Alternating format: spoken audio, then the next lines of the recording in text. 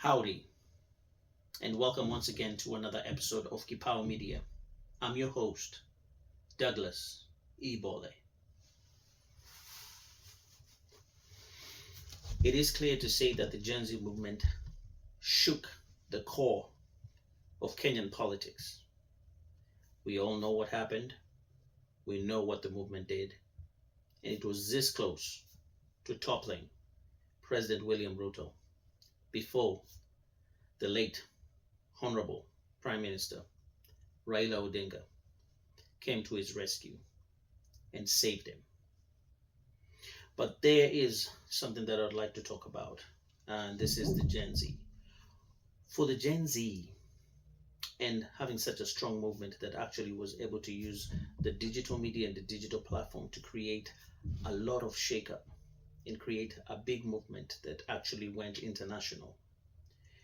It is interesting that I want to point out that the Gen Z movement can actually be lost if they're not organized and they don't form structures that are able to sustain them and be able to actually use all the strengths that they have in this digital media in this modern age to be able to take leadership and to be able to transform leadership not only in government but also outside government.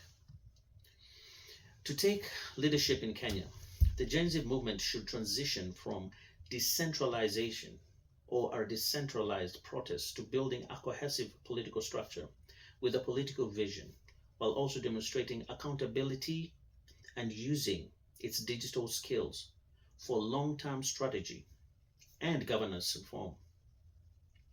It needs to develop a concrete political program, consolidate its organizational structure to avoid fragmentation and actively participate in both local, national governance beyond street politics. Gen Z has a lot of force, but without proper structures and organization, the Gen Z movement can actually fail or maybe not be able to meet its expectation and can actually further away. We all know that the old generation and their political structures are strong.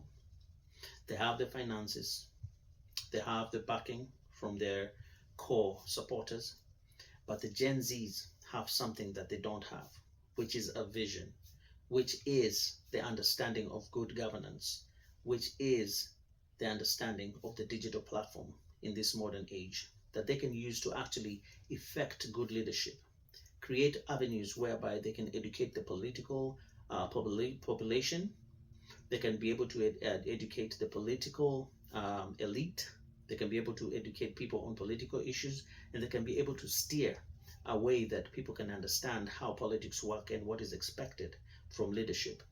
The Gen Zs have the ability to be able to communicate well, and they have a big following in terms of the future generation that is going to run this country. But for them, which is the Gen Z, to be able to really have a big effect and actually make a change in this country, this is what the Gen Zs need to do. One, develop a clear and unified political program. That is, formulate a distinct political vision.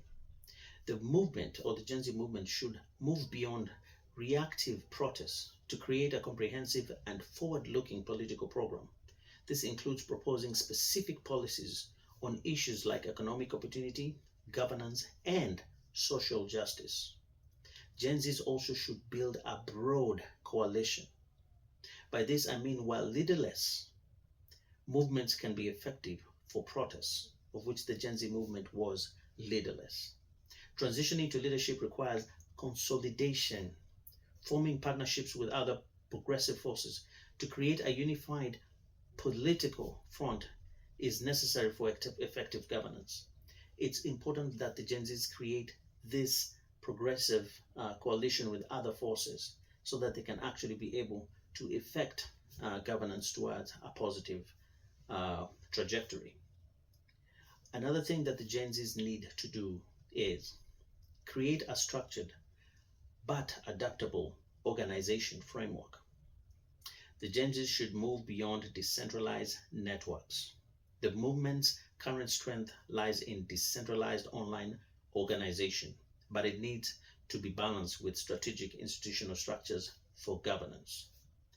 The Gen Z should address internal divisions. The movement must be mindful of internal divisions and avoid alienating members, as this can be exploited by the political elite that are currently ruling, and we have seen that being done. It needs a way to represent diverse voices and perspectives within the movement without creating a rigid top-down hierarchy. Without unity, the Gen Zs will fail. They need to actually come together as one, talk about their differences, find out how they can solve those differences, and move as a unit. They cannot afford to join the old generation and fail with them and leave other Gen Zs who are trying to actually strive to make change by themselves. They need to come together and work together and move as a unit if they're able, or if they want to bring this effective change that they want to bring in the country. Another issue that the Gen Zs actually need to do is demonstrate accountability and transparency. And by this, I mean back up words with action. To build trust, especially with a cynical public that is Kenya today, the movement must be transparent, honest, and consistently follow through with its commitments. There has to be clear transparency in whatever they do. If they say they are contributing money towards a certain cause, that money needs to be delivered. If they say they're going to do something, they need to do it, and they need to show that they did it. Because with lack of accountability, then they cannot be trusted, just like the current political leadership. The Gen Z should also practice performance-based governance. As leaders, Gen Z should institute a model of governance that is accountable, transparent, and tied to measurable community impact. And this impact must be felt by the community in order for the community to build trust with the Gen Zs. Another issue that the Gen Zs need to do is transition from protests to governance. And by this is what I mean. Engage in participatory processes. The Gen Z movement should create an alternative system for civic education and engagement beyond street demonstrations, such as those that focus on participatory government and civic education. They should be going to the community and educating them. They should be involved in county meetings. They should be suggesting what avenues or what the county needs to do in terms of development and how they can be able to assist them in terms of that development. Without this meaningful participation, the Gen Zs cannot be included in governance, or they cannot be trusted by the community to be actually elected into governance. The Gen Zs should run for office and reform institutions. To have a direct impact, the movement has to field candidates for both local and national office to drive change from within the existing political system. This is critical. As much as you want to change the system, you cannot change the system from outside. You have to be in the system. And for you to be in the system, you have to build that trust. You have to have that vision, and you have to have that unity that people and the community can see that is geared towards making the country a better place. Then you will be elected to leadership.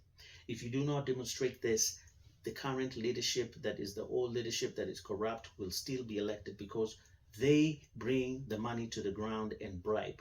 That is their mode of showing development to the people. And that always works with a population that has not seen something else. But if the Gen Zs actually provide something else that is actually tangible and people can see the vision, they will be elected into public office and they can be able to effect change while in public office. The Gen Zs should propose constitutional change.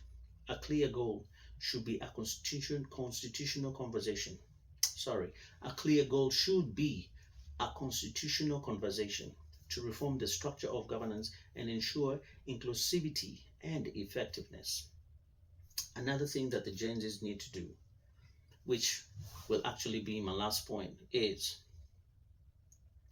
the Gen Zs actually need to be able to actually leverage its digital advantage for long-term strategy. The Gen Zs are gifted in terms of digital suave, or rather we call digital swag, or rather we call digital finesse, or rather we call digital IQ. The Gen Zs should be able to leverage their digital advantage for long-term strategy.